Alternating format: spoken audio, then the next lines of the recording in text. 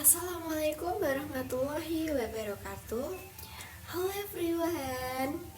Sebelumnya saya izin untuk memperkenalkan diri terlebih dahulu. Perkenalkan, saya Claura Vanessa Silviana dengan NIM 202531015.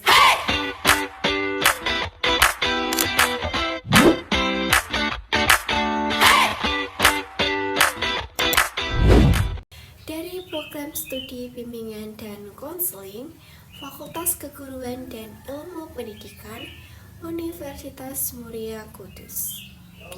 Pada video kali ini, saya akan menampilkan video praktik ujian akhir semester atau UAS dari mata kuliah mikrokonseling yang diampu oleh Ibu Dr. Rehma SPD MPD. Sebelum kita ke video praktik, saya akan menjelaskan pengertian dari 16 KDK yang saya gunakan. Yang pertama itu ada attending. Attending adalah teknik konseling yang digunakan untuk menunjukkan perhatian penuh antara konselor kepada konseli melalui sikap, perilaku, dan kehadiran yang mendukung proses komunikasi sehingga konseli merasa diperhatikan dan dihargai. Yang kedua ada opening. Opening adalah teknik membuka atau memulai proses konseling dengan tujuan untuk menciptakan suasana yang nyaman, aman, dan membangun hubungan awal antara konselor dengan konseli. Yang ketiga ada acceptance. Acceptance adalah sikap menerima konseli apa adanya tanpa menghakimi, menghargai keberadaannya, perasaan, dan pengalaman konseli sebagai individu yang unik. Yang keempat ada restructuring. Restructuring adalah teknik yang digunakan untuk menjelaskan tujuan, aturan, batasan, serta proses konseling agar konseli memahami jalannya layanan konseling tersebut. Yang kelima ada restatement. Restatement adalah teknik mengulang kembali pernyataan konseli secara singkat untuk menunjukkan bahwa konselor mendengarkan dan memahami apa yang disampaikan oleh konseli. Yang keenam ada reflection of feeling. Reflection of feeling adalah teknik yang digunakan untuk mencerminkan atau mengungkapkan kembali perasaan yang sedang dialami oleh konseli agar konseli lebih menyadari kondisi emosinya. Yang ketujuh ada clarification. Clarification adalah teknik yang memperjelas informasi yang disampaikan oleh konseli sehingga makna pesan menjadi lebih jelas dan tidak menimbulkan kesalahpahaman antara konselor dengan konseli. Yang kedelapan ada paraphrasing. Paraphrasing adalah teknik menyampaikan kembali inti pembicaraan konseli dengan penggunaan kata-kata konselor tanpa merubah atau mengubah maknanya yang disampaikan oleh konseli tadi. Yang kesembilan itu ada lead. Lead adalah teknik mengarahkan pembicaraan konseli agar tetap fokus pada masalah yang sedang dibahas dan membantu proses eksplorasi masalah secara lebih mendalam. Yang ke-10 ada silence. Silence adalah teknik penggunaan konseling. Itu adalah keheningan secara sengaja dan proses konseling untuk memberikan kesempatan kepada konseli untuk berpikir, merasakan, atau mengungkapkan hal-hal yang ingin disampaikan. Yang ke-11 ada reassurance. Reassurance adalah teknik memberikan dukungan, penguatan, atau keyakinan kepada konseli agar merasa lebih tenang, percaya diri, dan optimis dalam menghadapi masalahnya sendiri. Yang ke-12 itu ada rejection. Rejection adalah teknik penolakan terhadap ide, perilaku, atau tindakan tertentu yang tidak sesuai dengan norma, nilai, atau tujuan konseling tanpa menolak pribadi konseli. Yang ke-13 itu ada konfrontasi. Konfrontasi adalah teknik yang digunakan untuk menunjukkan adanya ketidaksesuaian antara pikiran, perasaan, perkataan, atau perilaku konseli agar lebih memahami dirinya secara objektif. Yang ke-14 itu adalah interpretasi. Interpretasi adalah teknik memberikan pemahaman atau makna terhadap pengalaman, perasaan, pikiran, dan perilaku konseli berdasarkan informasi yang telah diperoleh selama proses konseling tadi. Yang ke-15 ada advice. Advice adalah teknik pemberian saran atau nasihat sebagai alternatif pemecahan masalah yang dapat dipertimbangkan oleh konseli dalam mengambil keputusan. Yang ke-16 itu ada summary. Summary adalah teknik merangkum pokok-pokok pembicaraan yang telah berlangsung atau membantu konseli memahami kembali inti permasalahan dari hasil pembahasan tadi, atau bisa disebut dengan kesimpulan. Dan yang ke-17 ada restructuring. Restructuring adalah teknik mengingatkan kembali kesepakatan atau restructuring konseling kesepakatan waktu akhir seperti yang telah disampaikan di awal tadi. Yang ke-18 atau yang terakhir itu ada termination, adalah teknik mengakhiri proses atau sesi konseling secara terencana dengan meninjau kembali hasil yang telah dicapai serta mempersiapkan tindak lanjut yang diperlukan atau tidak.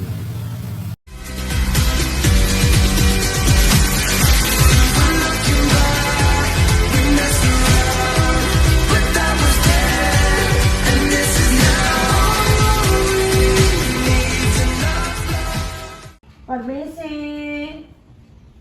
Iya, silakan masuk, Mbak. Baik Bu, terima kasih. Silakan duduk dulu. Oh ya, Mbak, boleh tahu namanya siapa?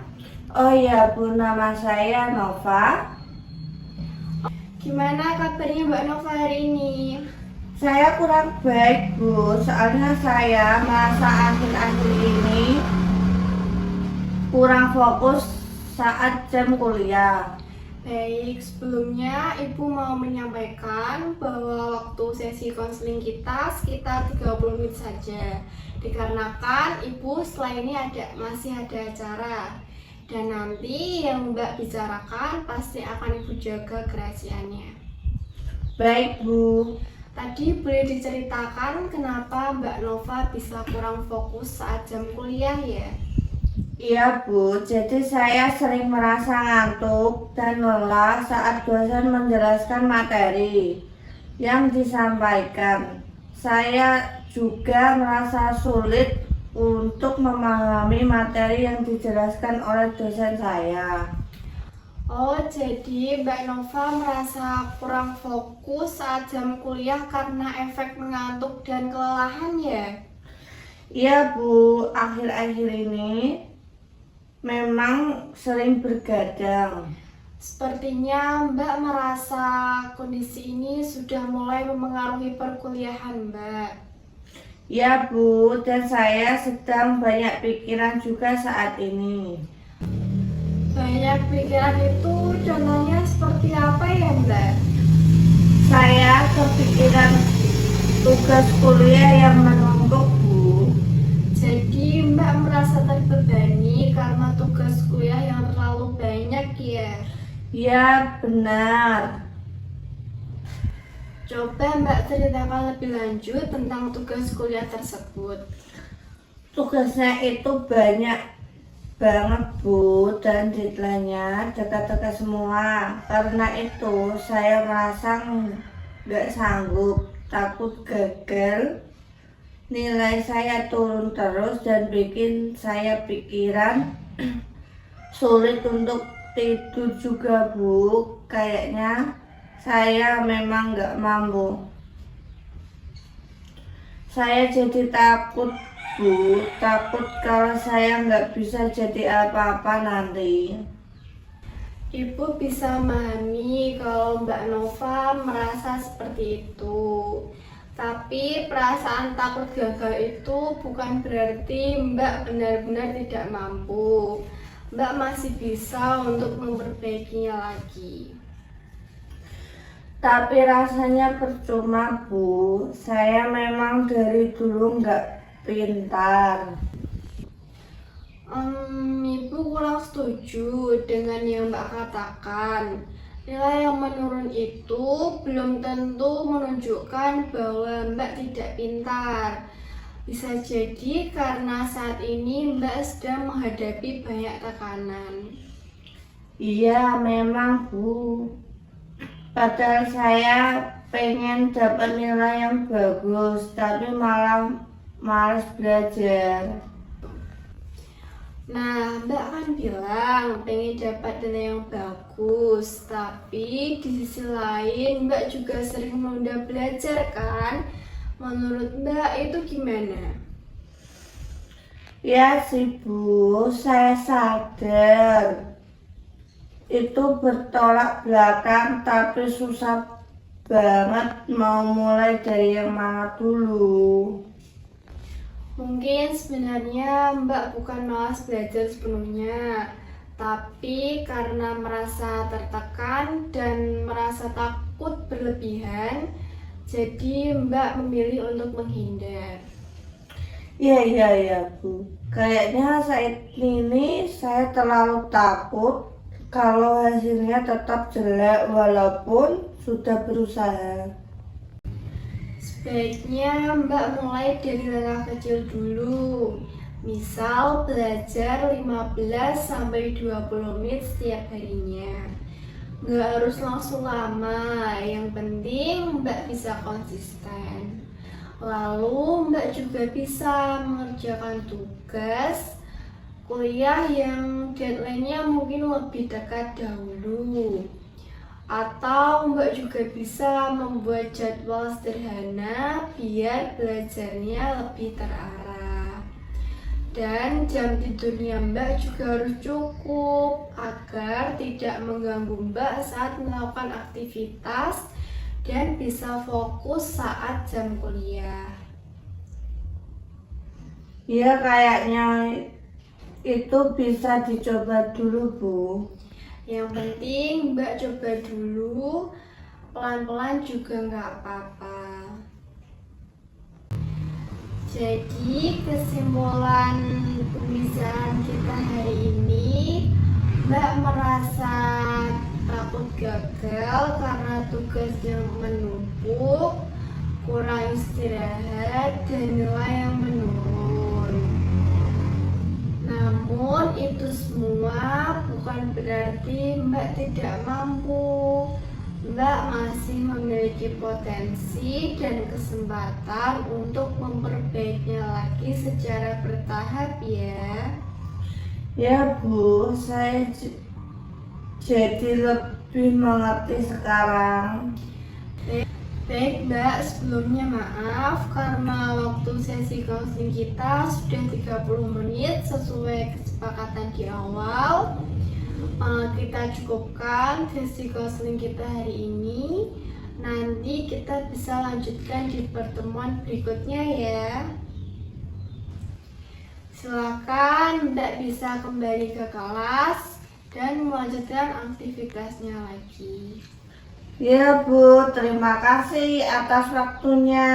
Sama-sama Mbak, mari saya antar.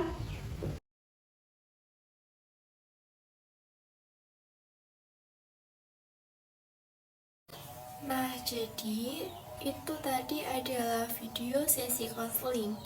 Yang pertama ada attending. Pada tahap attending, konselor menunjukkan perhatian penuh kepada konseli melalui kontak mata, bahasa tubuh yang baik, dan sikap yang menunjukkan ketertarikan terhadap cerita konseli. Pada tahap ini, konselor menyambut konseli dengan baik dan mempersilahkannya untuk duduk. Selanjutnya ada opening. Pada tahap opening, konselor membuka sesi konseling dengan menanyakan kabar, perkenalan, serta membangun suasana yang nyaman agar konseli merasa aman untuk bercerita dan mau terbuka. Seperti, gimana kabarnya hari ini Mbak? Dan selanjutnya ada acceptance. Pada tahap acceptance, konselor menerima konseli apa adanya tanpa menghakimi atau menyalahkan masalah yang sedang dialami oleh konseli. Selanjutnya ada structuring. Pada tahap structuring, konselor menjelaskan tujuan, aturan, dan proses konseling agar konseli memahami jalannya ke sesi yang akan dilakukan. Seperti sebelum kita mulai, Ibu ingin menyampaikan bahwa waktu sesi konseling kita sekitar 30 menit saja ya. Karena setelah sesi ini Ibu masih ada acara dan nanti yang semua Mbak bicarakan pasti akan Ibu jaga kerahasiaannya. Selanjutnya ada restatement. Pada tahap restatement, konselor mengulang kembali inti pernyataan konseli untuk menunjukkan bahwa konselor mendengarkan dan memahami apa yang disampaikan atau apa yang dibicarakan oleh konseli. Seperti, jadi Mbak kurang fokus karena efek pengantuk dan kelelahan ya. Selanjutnya ada reflection of feeling. Pada tahap reflection of feeling, konselor membantu mengungkapkan dan menerima perasaan konseli yang sedang dialami oleh konseli seperti Mbak merasa khawatir karena kondisi ini mulai mempengaruhi perkuliahan Mbak ya. Selanjutnya ada clarification. Pada tahap clarification, konselor memperjelas informasi yang masih kurang atau ambigu agar tidak menjadi kesalahpahaman seperti banyak pikiran itu contohnya seperti apa ya Mbak? Selanjutnya ada paraphrasing. Pada tahap paraphrasing, konselor menyampaikan kembali pesan konseli dengan kalimat yang berbeda, namun tetap mempertahankan makna atau intinya tetap sama seperti jadi Mbak merasa terbebani karena tugas kuliah yang cukup banyak. Selanjutnya ada lead.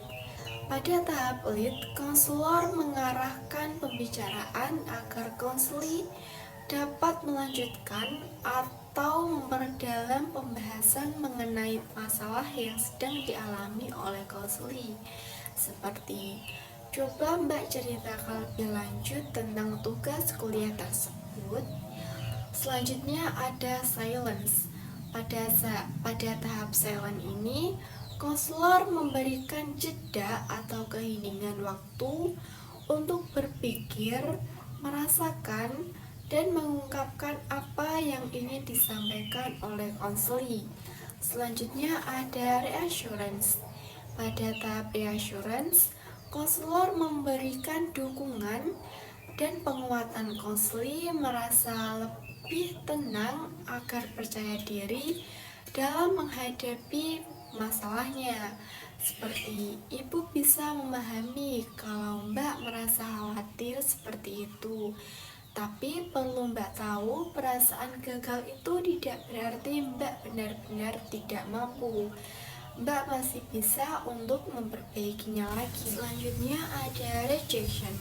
Pada tahap rejection, konselor menolak secara halus dan tepat pernyataan atau perilaku yang tidak sesuai dengan tujuan konseling tanpa merendahkan konseling.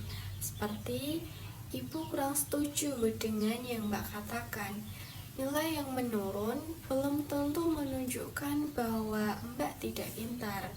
Bisa jadi saat ini karena Mbak sedang menghadapi banyak tekanan. Selanjutnya ada konfrontasi. Pada tahap ini, konselor membantu konseli menyadari adanya ketidaksesuaian antara perkataan, perasaan, dan perilakunya. Seperti, Mbak kan bilang pengen dapat nilai yang bagus, tapi di sisi lain Mbak juga sering menolak belajar kan? Menurut Mbak itu gimana? Selanjutnya ada interpretasi.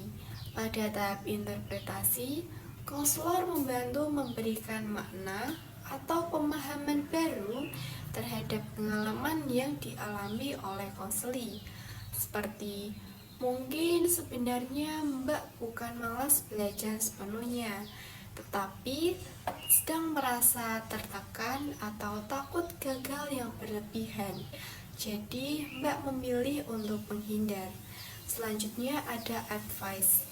Pada tahap advice, konselor memberikan saran atau alternatif pemecahan masalah yang dapat dipertimbangkan oleh konseli. Seperti sebaiknya Mbak mulai dari langkah kecil dulu. Misalnya belajar 15-20 menit setiap hari, mengerjakan tugas yang deadline-nya lebih dekat dahulu. Gak harus langsung lama, yang penting Mbak bisa konsisten belajarnya. Atau Mbak juga bisa membuat jadwal sederhana biar lebih terarah. Dan jam tidurnya juga harus cukup agar tidak mudah lelah saat melakukan aktivitas, supaya tidak mengganggu Mbak untuk fokus belajar pada saat jam kuliah. Selanjutnya ada sumari.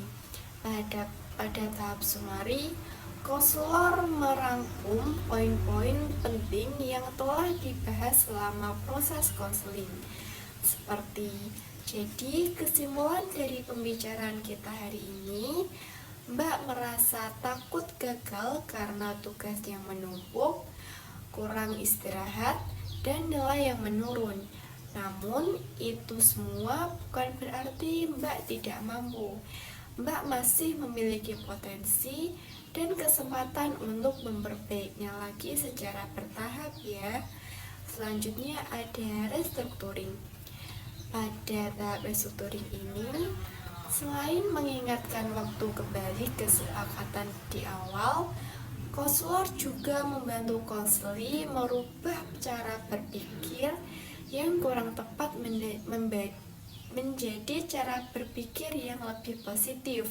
Seperti, baik Mbak, sebelumnya maaf karena sesi konseling kita sudah 30 menit sesuai kesepakatan di awal tadi.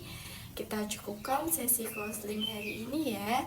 Nanti kita lanjutkan di pertemuan berikutnya. Dan yang terakhir ada termination. Pada tahap termination, konselor mengakhiri sesi konseling dengan menyimpulkan hasil pembahasan serta merencanakan langkah selanjutnya yang akan dilakukan oleh konseling. Seperti, silakan Mbak bisa kembali ke kelas dan melanjutkan aktivitasnya lagi. Sekian video dari penjelasan saya. Terima kasih. Wassalamualaikum warahmatullahi wabarakatuh. See you. Satu kejadian bisa berubah jadi banyak kekhawatiran. Pikiran terus berputar tanpa henti. Apakah kalian tahu, terjebak dalam pikiran sendiri, itulah disebut dengan overthinking. Rasa sedih yang selalu menghantui di setiap waktunya. Menurunnya konsentrasi belajar merupakan salah satu dari ciri-ciri overthinking. Apa yang kita takutkan, belum tentu itu akan terjadi. Akan tetapi, guru BK akan selalu ada untuk mendengarkan semua cerita dari muridnya. Guru BK akan membantu menenangkan isi pikiran yang dimiliki seorang murid. Guru BK akan memberikan motivasi agar seseorang murid itu tidak overthinking lagi akan masa depannya. Murid akan lebih tenang setelah mendapatkan beberapa solusi dari guru BK. Solusi yang pertama, murid akan giat belajar dengan percaya diri.